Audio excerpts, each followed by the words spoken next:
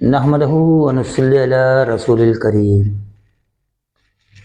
بزرگوں، دوستوں، بھائیوں اور بہنوں، ایک بہت اچھا مجرب اور مستعمل نسخہ جو سینے کے اورام کو، یعنی یہ جو سینے کے حصہ ہوتا ہے جسے ہم احشاء کہتے ہیں، اس کے اورام کا ازالہ کرتا ہے۔ اس میں کیا ہوتا ہے، جب یہ اورام ہوتے ہیں یا یہ ورم ہوتے ہیں تو اس سے سانس لینے میں تنگی محسوس ہوتی ہے، اور ڈسٹ کی جگہ پر، دھول مٹی کی جگہ پر بے انتہا آدمی کو الرجی کی سی کیفیت پیدا ہو جاتی ہے، اور پھر جب وہ گھر آتا ہے تو پھر سر کا درد وغیرہ کی بھی کیفیت پیدا ہو جاتی ہے، اور بھی بہت سے ایسے عوارضات پیدا ہوتے ہیں، کیونکہ تنفس جو ہے، سانس کی جو نالی ہے، اس کا تعلق ہی ہماری زندگی کی ایک خوبصورت وقت کو گزارنے کا ذریعہ ہے۔ اس کے اندر کسی قسم کی اگر کوئی ورم آ جائے، یا اس کے اندر کسی قسم کی کجی آ جائے، تو پھر ہر چیز کے اندر اس کا فرق آتا ہے۔ اس کی وجہ سے پھر بخارات بھی ہو جاتے ہیں۔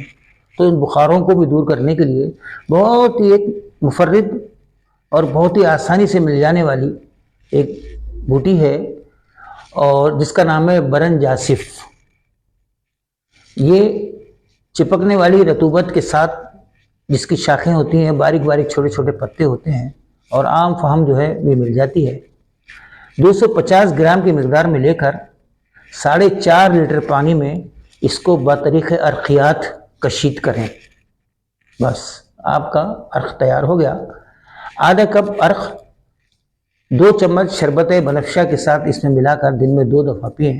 الحمدللہ سینے کے جملہ امراض، ورم وغیرہ میں، اور وہ بخارات جو کسی وجہ سے نہیں ٹلتے ہیں، آتے رہتے ہیں، ان کے اندر میں بھی مفید ثابت ہوا ہے۔